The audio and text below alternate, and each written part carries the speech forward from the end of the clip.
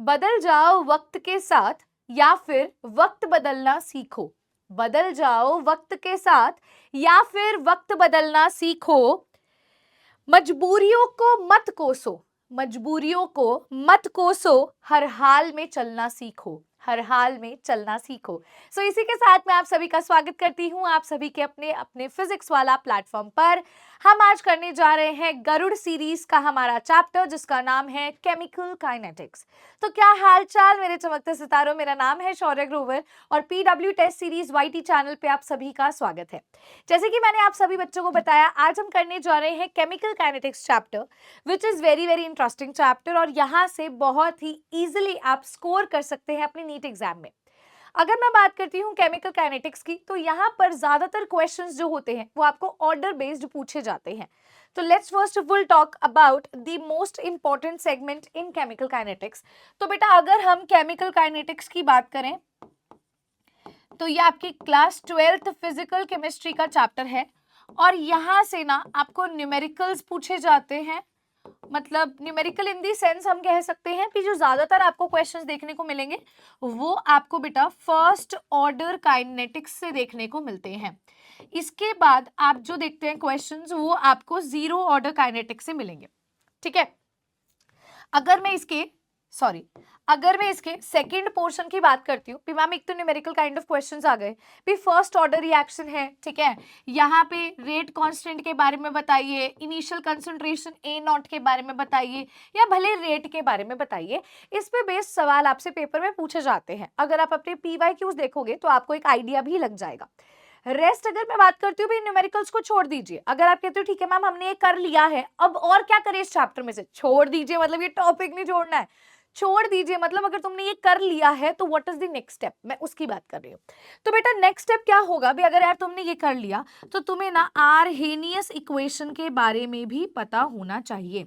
Arrhenius equation से आपको theory या मैं कहूंगी कंसेप्चुअल क्वेश्चंस भी पूछे जा सकते हैं, कॉन्सेप्ट बेस्ड क्वेश्चन आ सकते हैं भी। टेम्परेचर से क्या फर्क पड़ता है, रेट कांस्टेंट से क्या फर्क पड़ता है, छोटी छोटी चीजें हैं जो आपसे यहाँ पर वो पूछ सकता है आर्हेनियस इक्वेशन के रिगार्ड में। साथ ही साथ बेटा एक आपका टॉपिक आता है जिसका नाम है मॉलिक्यूलैरिटी। यहां से भी बहुत क्वेश्चंस आपको फ्रेम होते हुए दिखाई देंगे other than these two topics, है ना।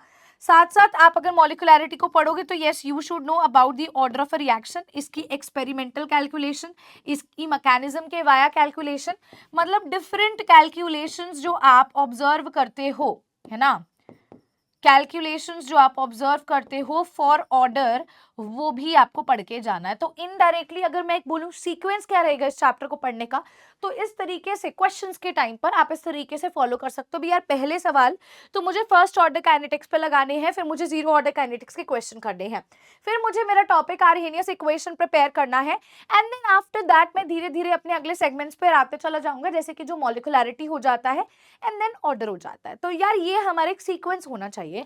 दिस शुड बी बेटा your sequence in order to study this particular chapter for your NEET exam। और मैं आपको बता दूं इस चैप्टर से ना आप मार्क्स जो है बहुत इजीली स्कोर कर सकते हो। मतलब ये एक तरह से यार स्कोरिंग चैप्टर है आपका, एक तरह से आपका स्कोरिंग चैप्टर कंसिडर किया जाता है। बहुत इजीली मार्क्स आप यहाँ से गेन कर सकते हो। ठीक है, अब बच्चे हम चलते हैं हमारे कुछ सवालों पर, जहां पर अब आज की क्लास के अंदर बेटे मैं आपको 3 तरीके के क्वेश्चंस करवाऊंगी। एजर्शन रीजन करवाऊंगी, स्टेटमेंट बेस्ड करवाऊंगी और साथ ही साथ कुछ हमारे PYQs जो मोस्ट इंपॉर्टेंट कैटेगरी के रहेंगे हम वो सॉल्व करेंगे। तो यार ये 3 मेजर चीजें हम आज की क्लास के अंदर करने वाले हैं। स्टार्ट करते हैं बेटा सबसे पहले हमारे एजर्शन रीजन क्वेश्चन से। सबसे पहला एजर्शन रीजन क्वेश्चन आप सभी के सामने है। वो बोल रहा है आपको 2 स्टेटमेंट्स दिए हैं, एक स्टेटमेंट को उसने एजर्शन बोल दिया है, एक स्टेटमेंट को उसने रीजन बोला है। अब यहां पर बेटा आप पढ़ तो लोगे दोनों स्टेटमेंट, गलती कहां पर करते हो यार, पहली चीज इसमें ये देखनी होती है भी एजर्शन सही है रीजन गलत है, या फिर एजर्शन गलत है रीजन सही है, या फिर दोनों चीजें सही है। ठीक है, अगर दोनों चीजें सही हैं तो उसमें भी 2 चीजें आती है, 2 ऑप्शंस आते हैं, 2 ऑप्शंस क्रिएट होते हैं।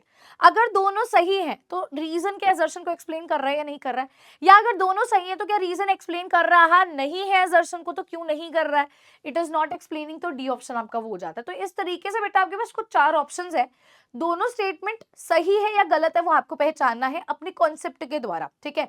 तो पहला सवाल हमारा आता है जी कैटलिस्ट पर। पहला सवाल जो आप यहाँ पर देखने को आपको मिल रहा है यार, ये आपको कैटलिस्ट वाले टॉपिक से देखने को मिल रहा है। अब कैटलिस्ट का क्या क्वेश्चन है, ध्यान से देखते हैं। असर्शन में कहता है a catalyst does not change the gives free energy of a reaction. वो कहता है यार एक कैटलिस्ट होता है ना, ठीक है। अब वो यहाँ बात कर रहे हैं मैम कैटलिस्ट की। कैटलिस्ट क्या करता है, वो गिब्स फ्री एनर्जी को चेंज नहीं करता है। गिब्स फ्री एनर्जी को हम जी से डिनोट करते हैं, है ना। याद होगा हमने इस टॉपिक को बहुत दफा भी पढ़ा हुआ है, right. Delta G is equal to delta H minus T delta S. ये आपने standard Gibbs free energy delta G not के बारे में पढ़ा होगा, है ना।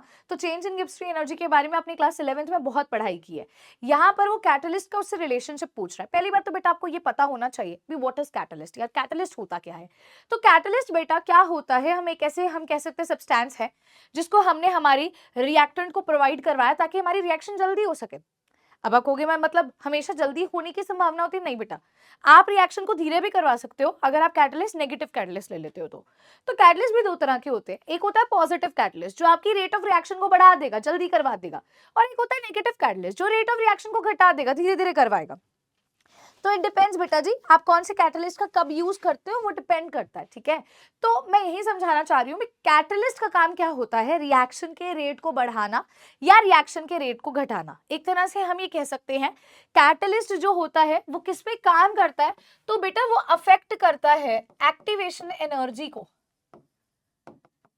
वो अफेक्ट करेगा एक्टिवेशन एनर्जी को, वो गिब्स फ्री एनर्जी को अफेक्ट नहीं करता है। So it does not change the Gibbs free energy change of a reaction. मैं कहूंगी यार ये स्टेटमेंट तो सही है, हाँ डज नॉट मतलब कि ये करेक्ट स्टेटमेंट है तुम्हारी, हाँ भाई वो नहीं करता है चेंज।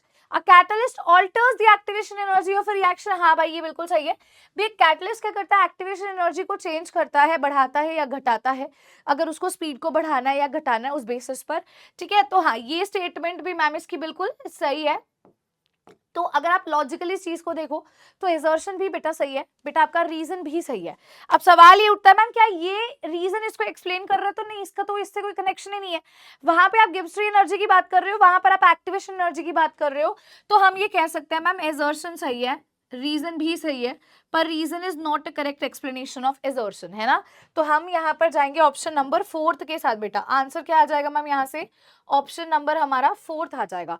भी दोनों स्टेटमेंट सही है but reason has no explanation for the assertion, ठीक है। चलो बेटा अगली क्वेश्चन को ध्यान से सभी स्टूडेंट्स देखेंगे। Here comes your question number 2। बेटा question number 2 again assertion reason kind of question है। असर्शन क्या कहता है, the molecularity of a reaction can be fraction. अब ये बात कर रहे हैं हम मॉलिक्युलैरिटी वाले टॉपिक से।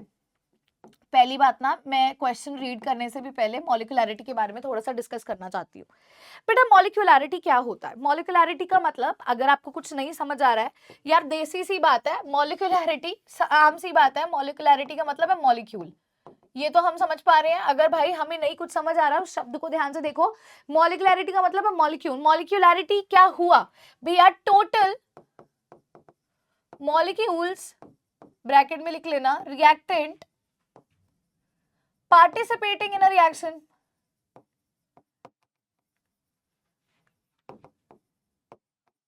भाई एक रिएक्शन में कितने मॉलिक्यूल्स पार्टिसिपेट कर रहे हैं बेटा, उसको मॉलिक्युलैरिटी बोलेंगे, सीधी सी बात है।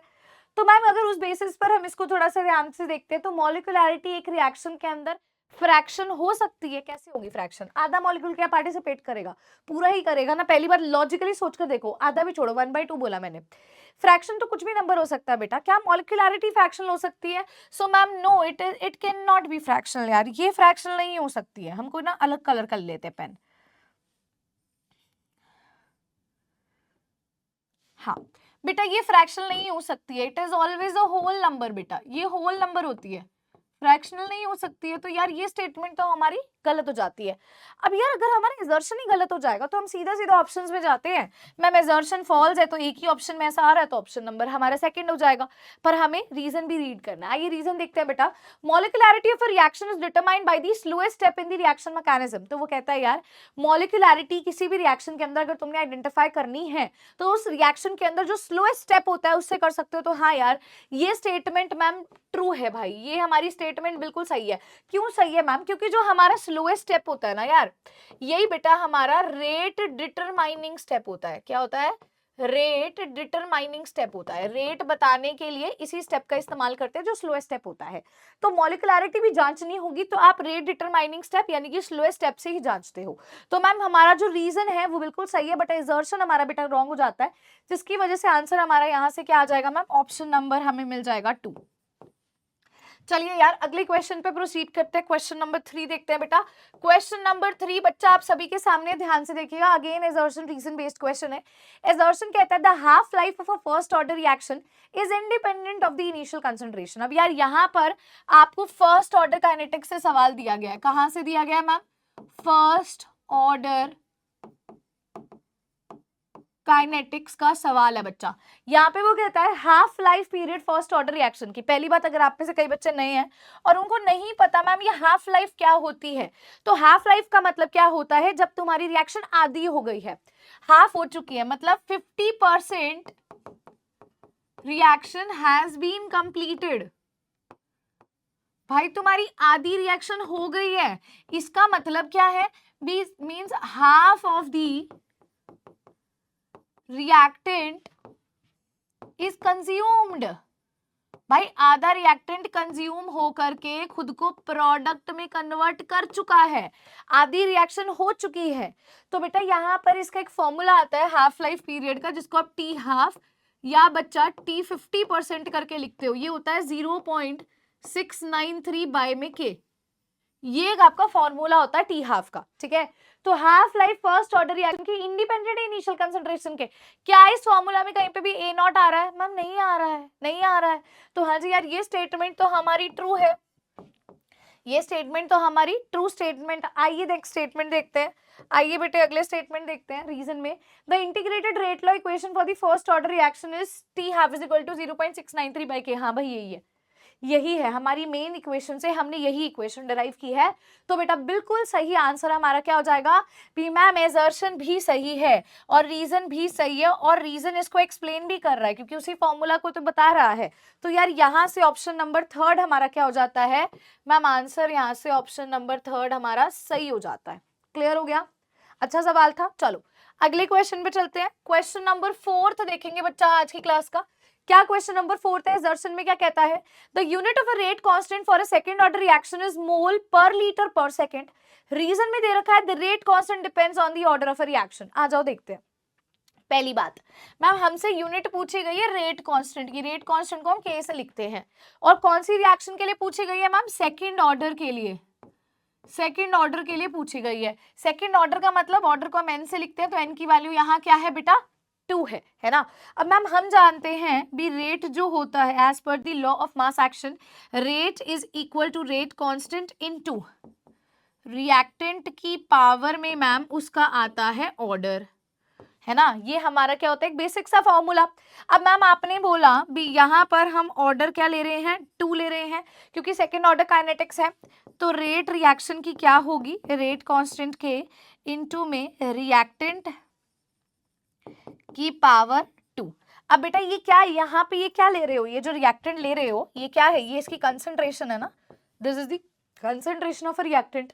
और बेटा रेट की यूनिट क्या है, आप सभी बच्चे जानते हो भी मैम रेट की यूनिट क्या होती है, anybody, what is the unit of rate, rate is basically formula क्या होता है रेट का, change in concentration upon change in time. यार ये पढ़ते आ रहे हैं पहले टॉपिक से। कंसंट्रेशन की यूनिट क्या होती है, मोल per litre, by change in time की यूनिट क्या होती है, सेकंड, है ना। तो हम यहां से कह सकते हैं मोल पर लीटर सेकंड, ऐसा बोल सकते हैं। यार ये हमारी रेट की यूनिट है, तो अगर इसमें हम रेट की यूनिट लिखते हैं मोल पर लीटर सेकंड, ठीक है। और यहां से हमें क्या मिला, रेट कांस्टेंट के इनटू, यहाँ पे हम रिएक्टेंट की क्या लिखते हैं, कंसंट्रेशन। कंसंट्रेशन क्या होती है, मोल पर लीटर, मोलैरिटी को ही कहते हैं मोल पर लीटर का होल स्क्वायर हो गया मैम, है ना। तो बेटा लॉजिकली देखा जाए मुझे यहाँ पे यूनिट किसकी निकालनी है, रेट कांस्टेंट के की, तो के की यूनिट निकालनी है। तो यहाँ पे क्या लिखा था, मोल पर लीटर पर सेकंड, और इसको इस तरफ लेकर के आएंगे तो यहाँ आ जाएगा मोल का स्क्वायर नीचे, और यहाँ लीटर का स्क्वायर आ जाएगा क्योंकि इसको उधर लेके जाओगे। भाई ये इधर चला जाएगा और ये इधर आ जाएगा, सीधी सी बात है। तो मैम हमें यहाँ से मोल स्क्वायर कैंसिल, लीटर से litre square cancel. Rate constant की यूनिट क्या मेरी, लीटर पर सेकंड पर मोल, इसको आप ऐसे भी लिख सकते हो, लीटर पर सेकंड पर मोल। तो यार ये क्या आ गई, ये आ गई यूनिट किसकी मैम, सेकंड ऑर्डर काइनेटिक्स की। किसकी आ गई मैम, सेकंड ऑर्डर काइनेटिक्स की। क्या यही है, देखो क्या यही यूनिट आ रही है, ध्यान से देखो भाई, मोल पर लीटर, ध्यान से देखेंगे बेटा, यहाँ पर हमें यूनिट मिल रही है मोल पर लीटर पर सेकंड। तो क्या ये चीज सही है, पहली बात तो बता दो मैम, दिस इज तो टोटली रॉन्ग। भाई ये स्टेटमेंट तो हमारी बिल्कुल गलत हो जाएगी, ये स्टेटमेंट तो बेटा यहाँ से हमारी बिल्कुल ही गलत हो जाएगी। हमारी आ रही है लीटर पर सेकेंड पर मोल, है ना। The rate constant depends on the order of a reaction. अब वो कह रहा है जो रेट कांस्टेंट है के है, क्या वो ऑर्डर ऑफ रिएक्शन पे डिपेंडेंट होता है या नहीं होता है, आपसे ये पूछा गया है। आइए पहले इस सवाल को ध्यान से देखते हैं।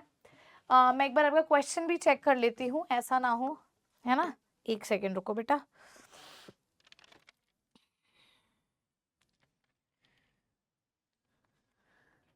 हम आपकी पीडीएफ फाइल भी ओपन करके क्रॉस चेक कर लेते हैं। क्वेश्चन नंबर हमारा है ये 4th, है ना। हाँ बेटा थोड़ा सा यहाँ मिस प्रिंटिंग, एक सेकेंड चेक करने दो मुझे दोबारा से।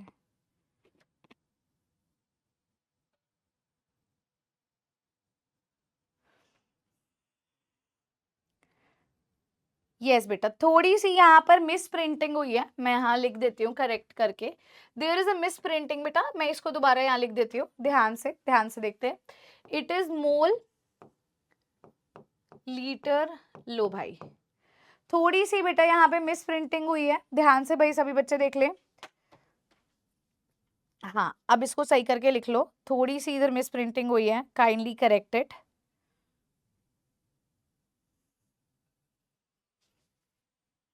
लिख लिया, चलो ये लिख लिया होगा, ये थोड़ी सी मिस प्रिंटिंग हुई है बेटा, यहाँ मैं लिख भी देती हूँ, है ना। इनिशियली यहाँ मिस प्रिंटिंग हो गई थी यार,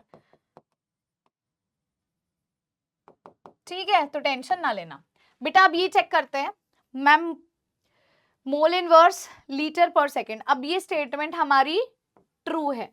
आ जाओ भाई रीजन देखते हैं। The rate constant depends on the order of reaction, या रेट कांस्टेंट ऑर्डर पे डिपेंडेंट होता है, रेट पे भी डिपेंडेंट होता है और टेम्परेचर पे भी डिपेंडेंट होता है। अगर ओनली लिखा होता तो गलत होता, हाँ ये डिपेंड तो करता है यार। रेट कांस्टेंट की वैल्यूज देखो, obviously ma'am order of reaction change करोगे तो रेट कांस्टेंट की यूनिट भी चेंज हो जाएगी। तो मैम दोनों स्टेटमेंट्स हमारी क्या है यार, सही है। और इसी की वजह से इस पे बदलाव भी आ रहा है, सेकंड ऑर्डर के लिए वैल्यू भी अलग आ रही है। तो हम कहेंगे दोनों स्टेटमेंट सही है, और हाँ वो उसको एक्सप्लेन भी कर रहा है। अगर तुम ऑर्डर बदल दोगे तो रेट कांस्टेंट की वैल्यू भी बदल जाएगी। तो बेटा यहाँ से आंसर 3 आ जाएगा। अब कई बच्चे कहेंगे मैम ये तो क्या, हमने तो ये निकाला आपने उसको कट कर दिया। बेटा आपके पास ये जो पीडीएफ से एक दिन पहले अपलोड हो जाती है, आप भले चेक कर सकते हो जाकर के। ये शायद पीपीटी की टाइपिंग एरर में थोड़ी सी दिक्कत थी, तो मैंने उसको साथ के साथ कर दिया, क्योंकि जब मैंने भी पहले सॉल्व करके एक बार क्रॉस चेक किया था तो मैंने भी देखा भी यार यहाँ तो सही स्टेटमेंट लिखी हुई थी, ये कैसे गलत आ रही है ना। इसीलिए हमने क्रॉस चेक कर लिया, कोई दिक्कत नहीं है, आंसर मैंने आपको डिटेल में एक्सप्लेन कर दिया। चलो यार अगले क्वेश्चन पे चलते हैं। क्वेश्चन नंबर 5 बेटा जी ध्यान से देखना। क्वेश्चन 5 में कहता है दर्शन में, increasing the concentration of reactant increases the rate of reaction. अगर तुम रिएक्टेंट की कंसंट्रेशन को बढ़ा देते हो तो रेट ऑफ रिएक्शन बढ़ जाता है। दूसरी बात, according to Arrhenius equation increasing temperature increases the rate constant. भाई आर्हेनियस इक्वेशन के अकॉर्डिंगली ऐसा होता है या नहीं होता। तो देखो पहली बात तो बेटा इसको ऐसे समझने की कोशिश करते हैं। मैम अगर हमने किसी भी रिएक्टेंट की कंसंट्रेशन जनरली बोल दी तो हम बोलते हैं रेट, मतलब लॉ ऑफ मास एक्शन के accordingly rate is equivalent to K into में रिएक्टेंट की पावर उसका ऑर्डर होता है ना, यही होता है। हम कह देते हैं भी अगर हमने ये जो रिएक्टेंट की यहाँ पे कंसंट्रेशन ली जाती है, अगर मैंने इस कंसंट्रेशन को बेटा बढ़ा दिया तो रेट ऑफ रिएक्शन बढ़ जाएगा। हाँ यार क्योंकि डायरेक्टली डिपेंडेंट है, बढ़ जाएगा। बिल्कुल सही है स्टेटमेंट, ठीक है। ऑलवेज अगर वर्ड आ जाएगा तो that will be a wrong statement, क्योंकि मान लो यार अगर कोई जीरो ऑर्डर रिएक्शन है तो जीरो ऑर्डर रिएक्शन तो इंडिपेंडेंट हो जाएगा ना, तो ऑलवेज वर्ड के लिए गलत हो जाएगा। पर हाँ स्टेटमेंट जनरली बोली गई है तो बिल्कुल सही है, ठीक है। अकॉर्डिंग टू आर्हेनियस इक्वेशन, वो कहता है यार आर्हेनियस इक्वेशन के अकॉर्डिंगली देख लेते हैं। हैं, ठीक है। आर्हेनियस इक्वेशन के अकॉर्डिंगली देख लेते, K is equal to A into e की power minus EA by RT, है ना। तो यार इधर इसके अकॉर्डिंगली देखते हैं, तो अगर तुमने टेम्परेचर को बढ़ा दिया तो क्या रेट कांस्टेंट की वैल्यू बढ़ेगी? हाँ भाई ये भी बढ़ेगी। ये तो बिल्कुल सही इसने स्टेटमेंट हमें दे दिया मैम, दोनों स्टेटमेंट्स हमारी सही हैं, पर ये दोनों एक दूसरे से कोई कनेक्शन फील नहीं कर पा रहे हैं, इसलिए हम ऑप्शन नंबर डी के साथ जाएंगे। बेटा आंसर क्या आ जाएगा मैम? ऑप्शन नंबर डी, यानी कि ऑप्शन नंबर 4 आ जाएगा इधर भी। दोनों स्टेटमेंट सही हैं but they have no connection with one another, ठीक है। बेटा क्वेश्चन नंबर 6 आपके सामने, क्वेश्चन नंबर 6 ध्यान से देखना। जीरो ऑर्डर रिएक्शन के लिए रेट कांस्टेंट की क्या ये यूनिट है? आइए उस तरीके से करते हैं। मैम पहली बात, अब जीरो ऑर्डर काइनेटिक्स है, मतलब एन की वैल्यू क्या है यार? 0 है। तो हम जानते हैं be rate is equivalent to rate constant के इनटू में कंसंट्रेशन ऑफ रिएक्टेंट, इसकी पावर मैम इसका ऑर्डर होता है। ऑर्डर इस बार जीरो ऑर्डर लिया, एन की वैल्यू इस बार 0 है, तो रेट किसके इक्वल होगा? के इंटू जो भी आपका रिएक्टेंट है इसकी पावर 0। बेटा हमेशा ध्यान रखना, कभी भी पावर 0 में आ जाएगा ये पूरा का पूरा नंबर 1 हो जाएगा। क्या आएगा? इसका मतलब जो रेट कांस्टेंट की यूनिट है वही रेट की यूनिट है, मतलब जो रेट कांस्टेंट की वैल्यू है वही रेट की वैल्यू है। और मैम रेट की यूनिट क्या होती है? यूनिट ऑफ रेट अभी निकालना भी सिखाया था भी मैम। रेट का फॉर्मूला क्या होता था? रेट का फॉर्मूला होता था change in concentration on upon change in time, ये मैम हमारा फॉर्मूला होता था, है ना। तो कंसंट्रेशन की यूनिट क्या होती है? मोल पर लीटर, और टाइम की सेकंड होती है ना। तो हम ये बोल सकते हैं भी ये जो यूनिट आर की है यही तो के की यूनिट होगी, सेम होगी, क्योंकि दोनों वैल्यू सेम है जीरो ऑर्डर के लिए। तो हम इसको ऐसा भी लिख सकते हैं, मोल पर लीटर पर सेकंड। हाँ भाई ये स्टेटमेंट हमारी बिल्कुल सही हो जाएगी बेटा, है ना। मतलब हम हमारा एजर्शन इस बार यहाँ पर क्या है? ट्रू है। रीजन देखते हैं, the rate of zero order reaction is independent of the reactant concentration. वो कहता है जो रेट है जीरो ऑर्डर का, क्या वो डिपेंड कर रहा है रिएक्टेंट कंसंट्रेशन के? नहीं कर रहा ना। देखो रेट तो रेट कांस्टेंट के ऊपर डिपेंडेंट है, इनिशियल कंसंट्रेशन पे डिपेंडेंट ही नहीं है, क्योंकि ऑर्डर ही 0 हो गया।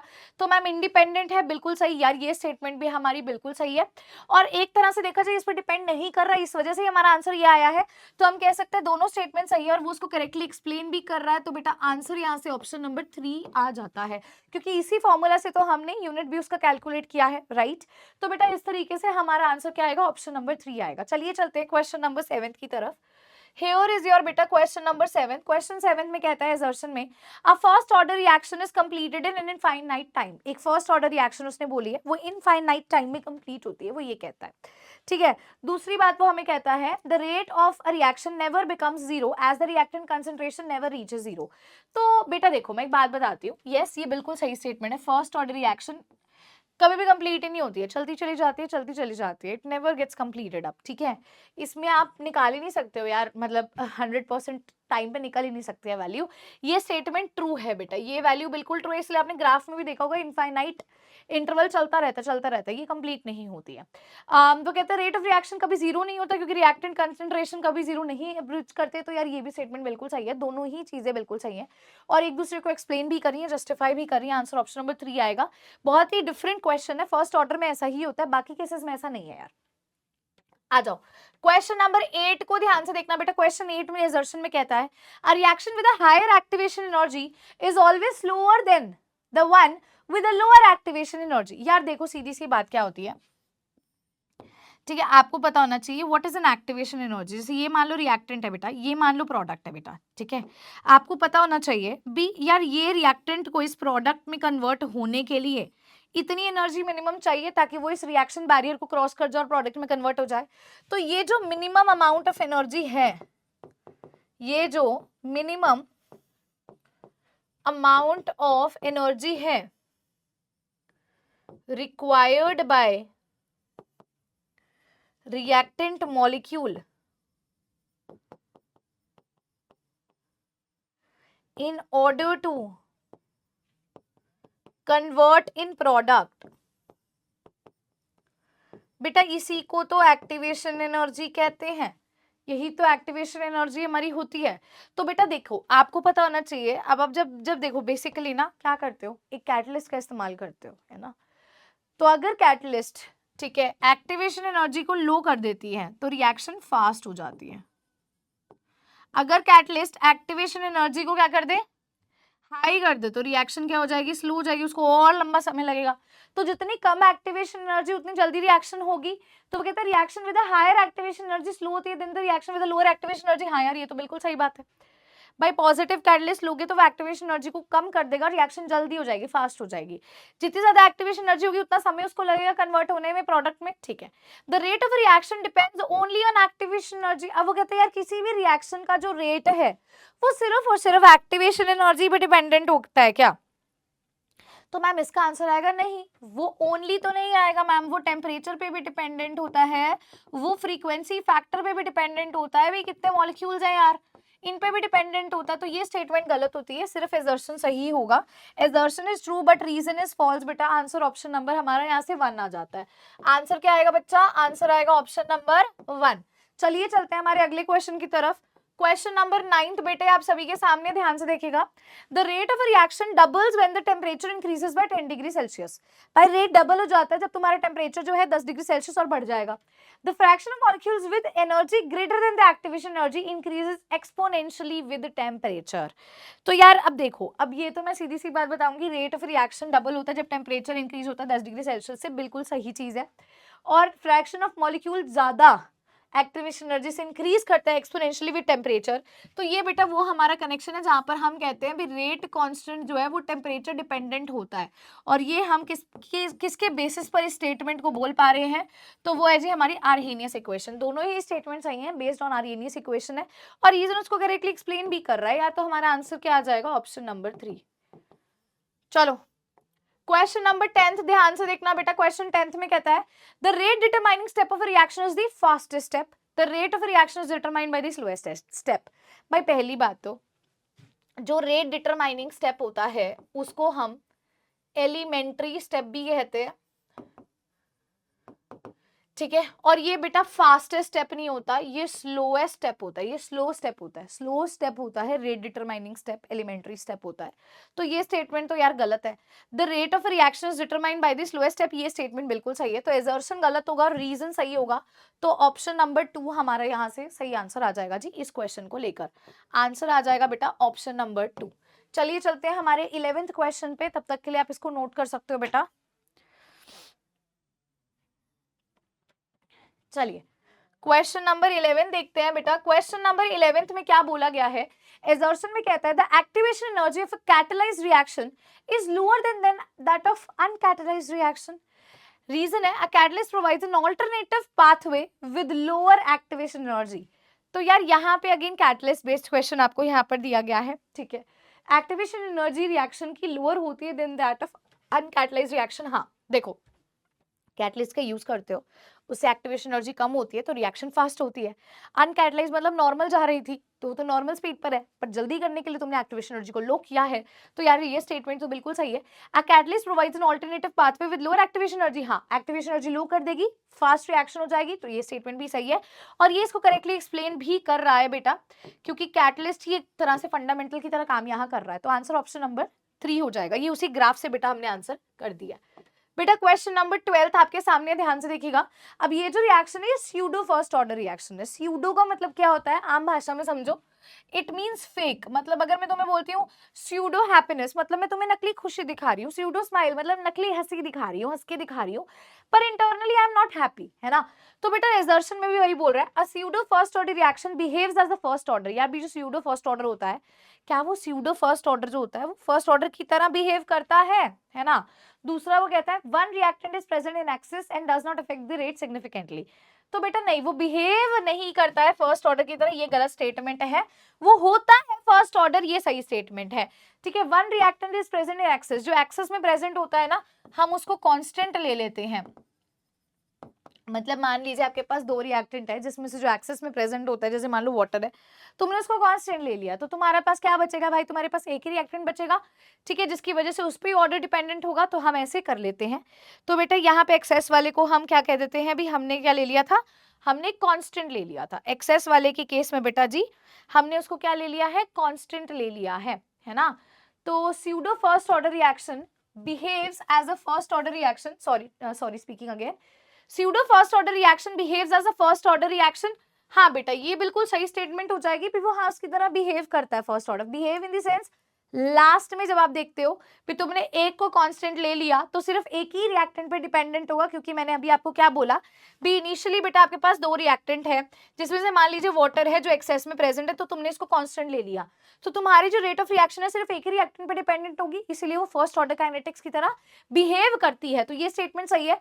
वन रिएक्टेंट एक्सेस में होता है इसीलिए रेट सिग्निफिकेंटली इफेक्ट नहीं होता, यार ये भी स्टेटमेंट बिल्कुल सही है बेटा, और ये इसको एक्सप्लेन भी कर रहा है। तो एजर्शन रीजन दोनों सही है और उसको एक्सप्लेन भी कर रहा है। दूसरा, मैंने अभी पहले बोला ना it behaves as a first order, मैंने अभी तुम पे क्वेश्चन पुट किया it behaves as a first order, मैंने कहा नहीं ये नहीं करता है। बिहेव्स कहने का मतलब था मैं इनिशियली लेके चल रही थी, but after reading the reason अब हमें समझ आया भी फाइनल स्टेटमेंट की बात कर रहा है। तो जब भी कुछ ऐसा दिया जाए डोंट गेट कंफ्यूज, पहले स्टेटमेंट दोनों पढ़ो। देखो अगर आप इसको अकेले को पढ़ते हो behaves as a first order reaction, मतलब वो उसकी तरह काम करता है, हाँ करता है। फेक क्यों है? क्योंकि लग रहा था, इट वाज एज्यूम्ड, मतलब आप रिएक्शन को ऑब्जर्व कर रहे हो तो ऑब्जर्व करने पर तुम्हें ऐसा लगा यार ये तो सेकंड ऑर्डर है, पर है नहीं। किसकी तरह काम करती है? फर्स्ट ऑर्डर की तरह काम करती है। तो बेटा स्पीकिंग अगेन अपना एजर्शन सही है, ठीक है, एजर्शन सही होगा। बी आर लग तो रही थी सेकंड पर बिहेव किसकी तरह करे? फर्स्ट की तरह। आई होप सो वो स्टेटमेंट क्लियर हो गई जो मैंने इनिशियली तुम्हें बोला था ये थोड़ी होगा। क्लियर हो गया? क्योंकि हमने रीजन को जब रीड आउट किया तो हाँ यार ये इसको एक्सप्लेन भी कर रहा है, बिहेव की बात कर रहा है, भी उसका फाइनल रिएक्शन बता रहा है। तो मैम आंसर यहाँ से ऑप्शन नंबर हमारे पास 3 आ जाता है। चलिए क्वेश्चन नंबर 13 पर चलते हैं यार। क्वेश्चन 13 ध्यान से देखते हैं। Radio active decay follow zero order kinetic. तो बेटा ये गलत है, रेडियो एक्टिव डिके जो होता है वो फर्स्ट ऑर्डर काइनेटिक्स को फॉलो करता है, ये स्टेटमेंट हमारी गलत हो जाती है। अच्छा, the rate of decay depends on the initial concentration of a substance. जो भी रेट होता है डिके का वो इनिशियल कंसंट्रेशन में डिपेंडेंट होता है। हाँ यार ये बिल्कुल सही है, फर्स्ट ऑर्डर में तो रिएक्टेंट पे डिपेंडेंट होता है। और दूसरा बेटा आपको भी पता है एजर्शन फॉल्स, रीजन सही है, तो वो एक ही स्टेटमेंट हमें मिलती है ऑप्शन नंबर 2 के साथ। चलिए क्वेश्चन नंबर बेटा 14th को ध्यान से देखते हैं। 14th क्वेश्चन में क्या दिया गया है? The Arrhenius equation explains the temperature dependence of reaction rate. हाँ भाई बिल्कुल सही है, तो ये टेम्परेचर डिपेंडेंट को एक्सप्लेन करती है, that is K is equivalent to A into E minus EA by RT। तो ये इसको एक्सप्लेन करती है भी। हाँ यार देखो टेम्परेचर का डिपेंडेंस तो कहीं ना कहीं है ना बेटा, ये चीज को एक्सप्लेन तो करती ही है, ठीक है। It relates the rate constant to activation energy and temperature. हाँ जी यार ये दोनों स्टेटमेंट सही है और मैम ये इसको एक्सप्लेन भी कर रहा है। तो ऑप्शन नंबर हमारा यार यहाँ से सी आ जाएगा, आंसर क्या आ जाएगा? ऑप्शन नंबर 3 आ जाएगा। चलिए क्वेश्चन नंबर 15 को ध्यान से देखते हैं बेटा। क्वेश्चन नंबर 15 में आपको दिया गया है the half life of a zero order reaction is directly proportional to the initial concentration of reactant. Half life एक जीरो ऑर्डर रिएक्शन की डायरेक्टली प्रोपोर्शनल होती है इनिशियल कंसंट्रेशन की। हाफ लाइफ मतलब हाफ लाइफ पीरियड होता है, और अगर मैं इसका फॉर्मूला आपको बता दूं तो दिस इज A0 बाय में 2kT, ये होता है यार इस 2k, सॉरी ये फॉर्मूला होता है। This is the formula for half life time for zero order kinetics यार, ठीक है, ये जीरो ऑर्डर काइनेटिक्स का बेटा फॉर्मूला होता है। अब वो हाफ लाइफ डायरेक्टली प्रोपोर्शनल है इनिशियल के, हाँ भाई डायरेक्टली प्रोपोर्शनल है। The rate equation for zero order kinetics is equivalent to K into A into T। पहली बात तो देखो, अब जब तुम इसके लिए रेट इक्वेशन की बात कर रहे हो, किसकी बात कर रहे हो बेटा? रेट इक्वेशन की बात कर रहे हो। तो rate equation zero order kinetics के लिए आप अगेन डिराइव करते हो, जैसे आप फर्स्ट ऑर्डर के लिए डिराइव करते हो, जैसे आप सेकंड ऑर्डर के लिए डिराइव करते हो, वैसे ही आप जीरो ऑर्डर के लिए भी डिटरमाइन करते हो। यार हम किस तरीके से इसकी फर्स्ट ऑर्डर काइनेटिक्स की हम वैल्यूज को क्या करते हैं बेटा? कैलकुलेट करते हैं, राइट।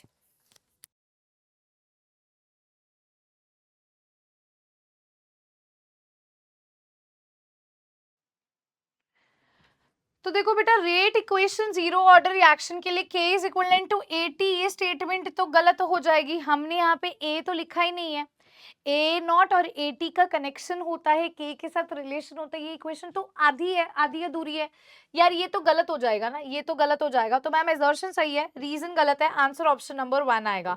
हाँ अगर उन्होंने प्रॉपर इंटीग्रेटेड इक्वेशन लिखी होती, जो प्रॉपर इंटीग्रेटेड इक्वेशन है जिसमें इनिशियल कंसंट्रेशन फाइनल कंसंट्रेशन दोनों आती है जो हम कैलकुलेट करते हैं, अगर वो आती तो ठीक है, ये तो आधी अधूरी स्टेटमेंट है, ये गलत है, तो आंसर ऑप्शन नंबर 1 हो जाएगा। चलो यार क्वेश्चन नंबर हम चलते हैं 16th की तरफ बेटा। क्वेश्चन नंबर 16 आपका स्टेटमेंट बेस्ड क्वेश्चन है। स्टेटमेंट 1 कहता है the rate constant of a first order reaction increases with increasing temperature. वो कहता है यार रेट कांस्टेंट जो होता है एक फर्स्ट ऑर्डर रिएक्शन का बढ़ता है टेम्परेचर के साथ। The rate constant is independent of temperature. Rate constant तो टेम्परेचर पे डिपेंड ही नहीं करता। अब दोनों स्टेटमेंट उसने आपको टेम्परेचर रिलेटेड बेटा दे दिया है ना। आपको पता है मैम रेट कांस्टेंट तो बढ़ेगा टेम्परेचर के साथ, अर्हेनियस इक्वेशन में हमने पढ़ा है, घटता मतलब इंडिपेंडेंट नहीं होता, ये गलत है। तो स्टेटमेंट 1 सही होगी। स्टेटमेंट 1 क्या कहती है, इट इज करेक्ट, और स्टेटमेंट 2 इज इनकरेक्ट। आंसर 1 आ जाएगा। क्वेश्चन नंबर 17 देखते हैं। The molecularity of a reaction can be fraction. Molecularity के फ्रैक्शन हो सकती है, तो मैंने पहले भी बताया था नहीं मैम, ये एक होल नंबर होती है, फ्रैक्शन नहीं होती है। Molecularity of a reaction is always an integer. क्या वो हमेशा से एक इंटीजर होता है? तो यार अब मेरे को बताओ, मॉलिक्युलरिटी का मतलब होता है कि कितने मॉलिक्यूल्स एक रिएक्शन के अंदर पार्टिसिपेट कर रहे हैं, एक रिएक्टेंट के अंदर कोलाइड कर रहे हैं, ताकि वो एक सर्टेन आपको प्रोडक्ट दे सके। सीधी सी बात है ना। तो मैम अब आप यहाँ पे हमने क्या बोला है भी, मॉलिक्युलरिटी रिएक्शन की क्या फ्रैक्शन हो सकती है? यार ये तो स्टेटमेंट गलत है, एक होल नंबर रेशियो होती है। और दूसरी बात हमने क्या बोल दिया है, इट इज एन इंटीजर, तो हाँ ये ठीक है। तो स्टेटमेंट 1 इनकरेक्ट है, स्टेटमेंट 2 करेक्ट हो जाएगी।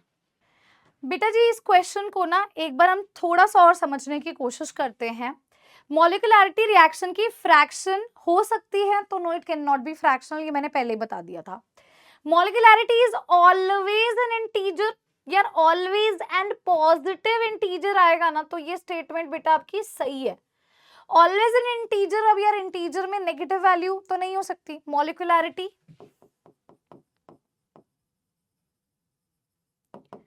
कैन नेवर बी नेगेटिव, बेटा नेगेटिव नहीं हो सकती है, तो इस वजह से ये स्टेटमेंट भी गलत होती है हमारी। लेकिन हमारे पास यहाँ पर इस स्टेटमेंट को हम क्या कर देंगे, गलत कर देंगे, क्योंकि ऑलवेज वाला शब्द क्या होगा यार हमारा, गलत हो जाएगा। ऑलवेज वाला शब्द हमारा गलत हो जाएगा। दोनों स्टेटमेंट्स कहाँ गलत है, दोनों statements, both 1 and 2 statements are incorrect में हम जाएंगे। क्योंकि अगर यहाँ लिखा होता ऑलवेज एंड पॉजिटिव इंटीजर, तो yes it is right, negative integer नहीं, है ना। तो भाई आंसर यहाँ से बेटा इस क्वेश्चन का फिर आप लगाएंगे option number 4, kindly correct in your PDF also, है ना।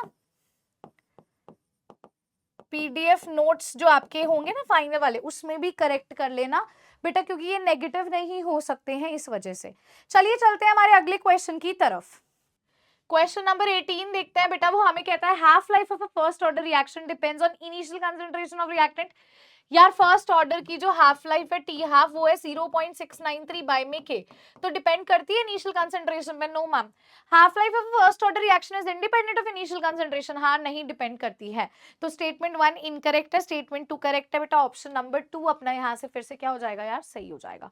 सभी बच्चे इस क्वेश्चन को नोट कर सकते हैं, फिर अपन आगे चलते हैं, अगले क्वेश्चन पे चलते हैं। क्वेश्चन नंबर 19 पर आ जाओ। क्वेश्चन नंबर 19 ध्यान से देखिएगा। वो कहता है catalyst increases the activation energy of reaction. देखो जो जनरली हम पॉजिटिव कैटलिस्ट लेते हैं, और पॉजिटिव कैटलिस्ट तो यार डिक्रीज करता है एक्टिवेशन एनर्जी को, ताकि रिएक्शन फास्ट हो सके, तो ये गलत है। Catalyst provides an alternative pathway with lower activation energy. हाँ एक्टिवेशन एनर्जी को लो करेगा, रिएक्शन को फास्ट करेगा। स्टेटमेंट 1 गलत है, स्टेटमेंट 2 सही है, तो ऑप्शन नंबर 2 हमारा यहाँ से सही आंसर हो जाएगा।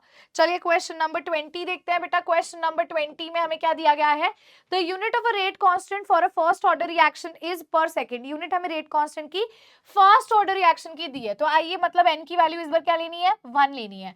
तो बेटा हम जानते हैं rate is equivalent to rate constant into concentration of reactant, उसकी पावर उसका ऑर्डर 1, है ना। रेट की यूनिट क्या होती है मैम, मोल पर लीटर सेकेंड, है ना। और कंसंट्रेशन की क्या होती है, मोल पर लीटर होती है मैम। तो मोल पर लीटर से मोल पर लीटर कैंसिल हो गया, तो मैम रेट कांस्टेंट की यूनिट क्या आएगी, 1/सेकेंड, यानी कि सेकेंड इनवर्स। तो बेटा ये आंसर तो बिल्कुल सही है। फर्स्ट ऑर्डर के लिए रेट कांस्टेंट की यही यूनिट होती है। एक चीज और बताती हूँ बेटा, जितना तुम्हें यूनिट आ गया ना, यूनिट से कई बारी आप आइडेंटिफाई करते हो ऑर्डर को भी न्यूमेरिकल्स में। कई बार न्यूमेरिकल में मेंशन नहीं करता यार, मेंशन नहीं करके देगा भी ये फर्स्ट ऑर्डर है या सेकंड ऑर्डर है या जीरो ऑर्डर है। तुम्हें रेट कांस्टेंट की यूनिट से देखना है भी वो फर्स्ट ऑर्डर है, जीरो ऑर्डर है, कौन सी है, ठीक है। तो स्टेटमेंट 1 तो हमारी सही है। The rate of first order reaction is independent of the reactant concentration. तो यार देखो rate is equivalent to rate constant into concentration की पावर उसका ऑर्डर है। तो rate constant first order reactant का रिएक्टेंट की कंसंट्रेशन पे डिपेंड कर रहा है। अगर वो हाफ लाइफ टाइम की बात करता, वो नहीं करता यार। ये स्टेटमेंट गलत है। इंडिपेंडेंट क्यों है भाई, वो डिपेंड कर रहा है। तो स्टेटमेंट 1 सही है, स्टेटमेंट 2 इनकरेक्ट है बेटा। ऑप्शन नंबर 1 जो है वो यहाँ पे हमारा सही आंसर हो जाएगा यार इस क्वेश्चन को लेकर के, ठीक है। चलो अगला क्वेश्चन देखें।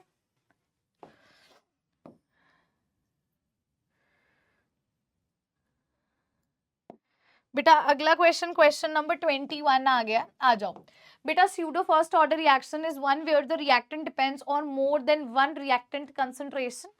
स्टेटमेंट 2 है, in pseudo first order reaction one reactant is taken in excess. बेटा पहली स्टेटमेंट कहता है स्यूडो फर्स्ट ऑर्डर में ऐसी रिएक्शन है जिसमें रेट जो है मोर देन वन रिएक्टेंट कंसंट्रेशन पे डिपेंडेंट होता है।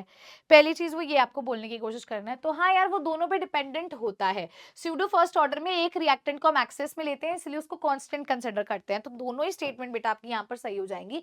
स्यूडो फर्स्ट ऑर्डर में बेसिकली दो रिएक्टेंट होते हैं जिसमें से एक की कंसंट्रेशन कांस्टेंट हो जाती है, तो दोनों पे डिपेंडेंट होता है, लेकिन एक की कांस्टेंट होने की वजह से वो क्या होता है भाई, लगता तो तुम्हें वो दो था लेकिन that is fake, in actual वो फर्स्ट ऑर्डर रिएक्शन कंसिडर होते हैं। Pseudo first order, fake first order, appears to be, it behaves as a first order reaction.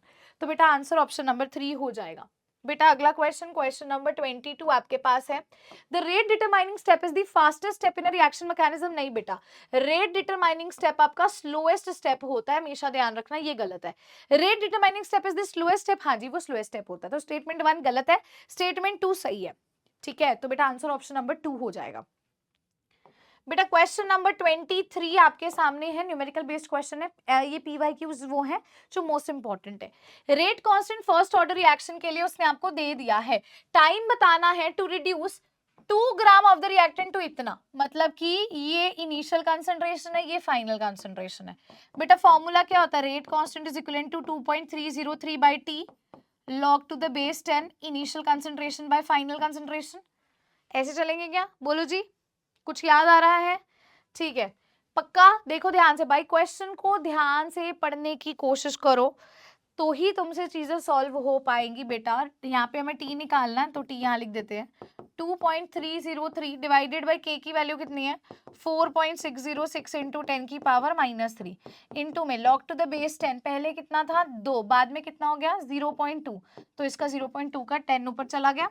ठीक है, और बेटा ये अप्रोक्स 2 पे कट हो जाएगा, इसको भी ऊपर ले जाते हैं, ये 1000 ऊपर चला गया, divided by 2 into log to the base 10 की वैल्यू log 10 की वैल्यू 1 होती है, इसको डिवाइड करेंगे तो कितना आएगा 500 सेकेंड्स आ जाएगा। बेटा आंसर क्या आ जाएगा, ऑप्शन नंबर 2 500 सेकेंड्स आ जाएगा। क्लियर हो गया है? चलो क्वेश्चन नंबर 24 ध्यान से देखिएगा, वो कहता है if the rate constant of a first order reaction के है, टाइम टी है, तो बताइए 99% रिएक्शन कब कंप्लीट होगी। तो बेटा हमेशा ध्यान रखो, इनिशियली तुमने कितना लिया, मान लो 100 लिया, बाद में 99% कंप्लीट हो गया, किसका कंप्लीट हुआ 100 का 99%, 100 का था ना, ऐसे करोगे तो इनिशियल फाइनल कितनी आई 19।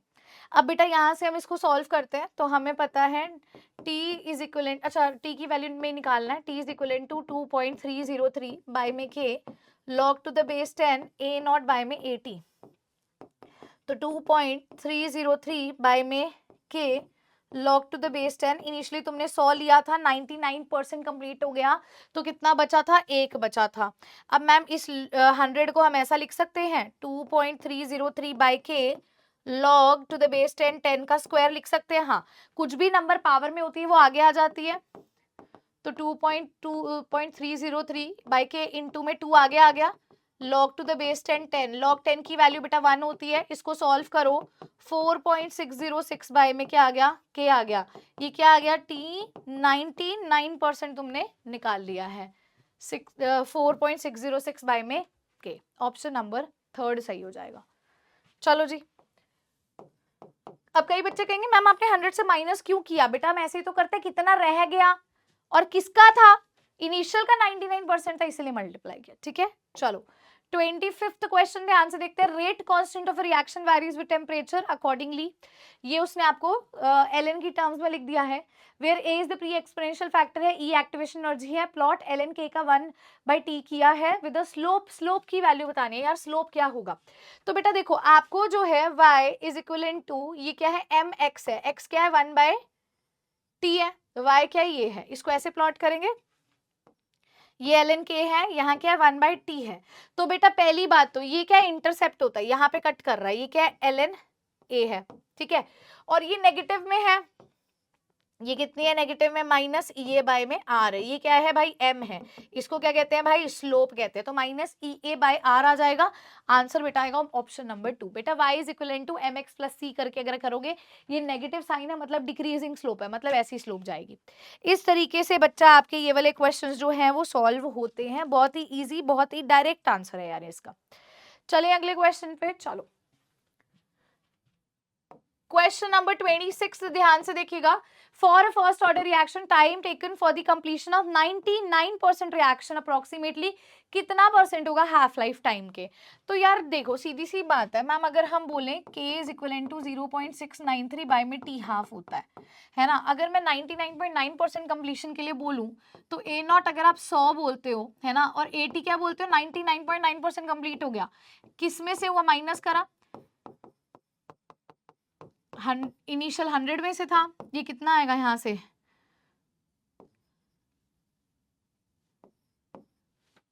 यही होगा। हाँ तो 0.1 होगा ना ये, यहां से इसको ऐसे लिख दो यार, 0.1 हो गया ना, ठीक है। तो मैम अब इसके अंदर अगर हम इधर यहाँ से निकालते हैं k की वैल्यू कितनी आएगी 2.303 बाय में t log to the base 10, ठीक है। ये t 99.9% पे है, ठीक है। इनिशियल था 100, फाइनल क्या 0.1, इसका 10 ऊपर चला जाएगा, हमें यहाँ से क्या मिलेगा 2.303 t 99.9% log to the base 10 10 की पावर 3, ये 3 आगे आ जाएगा, 2.303 इंटू में 3 बाई टी 99.9%। बेटा ये क्या आ गया, ये k की वैल्यू, एक k की वैल्यू तुमने ये निकाल ली, एक k की वैल्यू तुमने ये निकाल ली। ये 0.693 कहाँ से आया यार, मुझे कोई बताए मैम ये 0.693 कैसे निकाला था। ये तो तुमने t 99.9% का निकाला। अगर a नॉट 100 था और at 50% हाफ लाइफ टाइम के रिगार्ड में निकाल रहे हो तो यार ये इस तरीके से निकलेगा, k is equivalent to 2.303 by t 50% log to the base 10 100 bye में 50, ऐसे सॉल्व करोगे। log 2 की वैल्यू कितनी थी 0.3 थी, तो ये तुम्हारा एक k ये निकल आया, एक k ये निकल आया, ये दोनों को इक्वल पुट कर देते हैं। 2.303 into 0.3 by T 50 is equal to 2.303 into 3 by में टी 99.9%। बेटा ये तो ये इससे तो ये कैंसिल हो गया। अब आपको क्या निकालना है, हाफ लाइफ टाइम के रिगार्ड में निकालना है, तो इस टी 99 को यहाँ ले आओ, यहाँ क्या आएगा 3 इंटू टी 50 बाय में 0.3, इसका 10 ऊपर चला जाएगा, तो that is 10 times of 50%, that is 10 times of the half life time, 10 times of the half life time. I hope so this is clear to everybody. बेटा उसका 10 टाइम्स आ गया, देख लो भले ही करके, ये लंबा मेथड है, तुम शॉर्ट ट्रिक से भी इसको याद कर सकते हो। चलो बच्चा क्वेश्चन नंबर 27 को ध्यान से देखते हैं। वो कहता है the half life period of a first order reaction is 10 times. Half life period क्या यार, हाफ लाइफ पीरियड है ma'am 10 minute, sorry, time required for the concentration of reactant to drop by 1/8 of the initial value. भाई वह 1/8 कब होगा, भाई पहले logically concept समझने की कोशिश करो। जब पहले रिएक्शन चल रही थी 10 मिनट टी हाफ हुआ था, मतलब वैल्यू आधी हो गई थी, 1/2 हो गई थी, है ना। अगर मान लो तुमने इसका भी और आधा कर दिया, अगर तुमने इसका भी और आधा कर दिया तो 1/4 हो जाएगी, मतलब और आधा कर दिया। अगर तुमने ये 10 मिनट में वैल्यू आधी हो गई, तुमने वैल्यू और आधी कर दी, लेट्स कंसिडर, है ना, तो ये सेकेंड हाफ में 10 मिनट्स और ऐड किए तो और आधी हो गई। अब और आधी करोगे, है ना, और आधी करोगे तो ये कितना होगा 1/4 इंटू में और आधी कर दो इसका तो 1/8 हो जाएगा। मतलब इनिशियल का 1/8 कब हुआ, 10 10 10 30 मिनट में हुआ, 30 मिनट में हो गया मैम, 30 मिनट्स में हो गया, तो आंसर ऑप्शन नंबर 1 आ जाएगा। चलो क्वेश्चन नंबर 28 को ध्यान से देखते हैं बेटा। The rate constant of reaction दे दिया एट इतना concentration of reactant, half life बताओ इस रिएक्शन की क्या होगी। पहली बात रेट कांस्टेंट उसने तुम्हें दे दिया पर मिनट, किस पे होता है भाई, देखो लॉजिकली मुझे एक बात बताना, rate is equal to rate constant के इनटू कंसंट्रेशन की जब पावर 1 होती है तो रेट को तुम लिखते हो मोल पर लीटर, मान लो तुमने यहाँ मिनट ले लिया, है ना, और यहाँ पे तुम्हारे पास क्या है मोल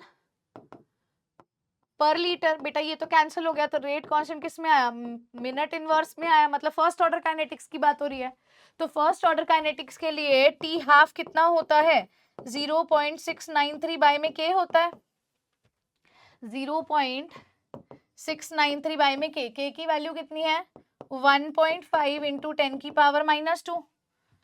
बेटा इसको ऐसे लिख लेते हैं 693, इसका 1000 नीचे आ गया, ये 15 है, इसका 10 ऊपर चला गया और इसके -2 भी उधर चला गया। बेटा अब हम इसको क्या कर सकते हैं, 3 के टेबल पे कट कर देते हैं, 2 3 1। बेटा ये 4 पे गया 20, 31 6 पे गया 30, 46.2 समथिंग आ गया। Answer is option number 1। Answer is option number 1। मैंने तुम्हें पहले ही बोला था, कई बार मेंशन नहीं करता, रेट को मेंशन नहीं करेगा तो यूनिट से आइडेंटिफाई करना सीखो भाई ऑर्डर को, और फिर लगाओगे तुम फॉर्मूला को। सीधी सी बात है, यूनिट से आइडेंटिफाई करो ऑर्डर को, फिर फॉर्मूला लगाओ, आंसर पाओ। इजी क्वेश्चन था। चलो बेटा क्वेश्चन नंबर 29 सभी बच्चे देखेंगे। The activation energy for a simple chemical reaction दे रखी है ना, forward reaction activation energy, reverse reaction के लिए क्या होगी बेटी, रिवर्स रिएक्शन होगी तो आपका प्लस डेल्टा एच साथ में आ जाएगा, है ना। तो ऑप्शन नंबर 4 होगा। रिवर्स कर दोगे तो भाई पहले अगर मान लो एनर्जी लिबरेट हुई तो बाद में एनर्जी देनी पड़ेगी, इस तरीके से समझ सकते हो, है ना। क्वेश्चन नंबर 30 ध्यान से देखते हैं। तो बेटा when the initial concentration of a reactant is doubled in a reaction half life period remains unaffected, order क्या होगा बेटा, हाफ लाइफ पीरियड अगर मैं बोलती हूँ ये वाला है तो ये फर्स्ट ऑर्डर का था, याद करो। अगर तुमने इनिशियल कंसंट्रेशन डबल कर भी की तो हाफ लाइफ पीरियड पे कोई फर्क नहीं पड़ेगा क्योंकि वो इंडिपेंडेंट है। तो बेटा ये फर्स्ट ऑर्डर के अंदर ही ऐसा होता है जहां पर half life time is independent of the initial concentration, जिसका फॉर्मूला भी मैंने लिख दिया, जिसके फॉर्मूला में ए नॉट नहीं आ रहा है, मतलब ये रिएक्शन फर्स्ट ऑर्डर रिएक्शन आपकी हो जाती है। तो बेटा this was all about our today's class. I hope so आप सभी ने एंजॉय किया होगा। बेटा इसके जो आपके नोट्स हैं, पीडीएफ नोट्स जो हैं, ये आपको पीडब्ल्यू एप्लीकेशन पर मिल जाएगी, साथ ही साथ आपको टेलीग्राम चैनल पर भी मिल जाएगी, आप वहां से इसको डाउनलोड कर सकते हैं। तो ये था हमारे चैप्टर केमिकल काइनेटिक्स के बारे में। आई होप सो आज का सेशन आपके लिए बहुत ही प्रोडक्टिव रहा होगा। मिलते हैं अगले लेक्चर के अंदर, तब तक के लिए अपना ख्याल रखें, हंसते रहे, मुस्कुराते रहे। Thank you so much everyone and take care of yourself. Bye bye. Thank you ji, thank you.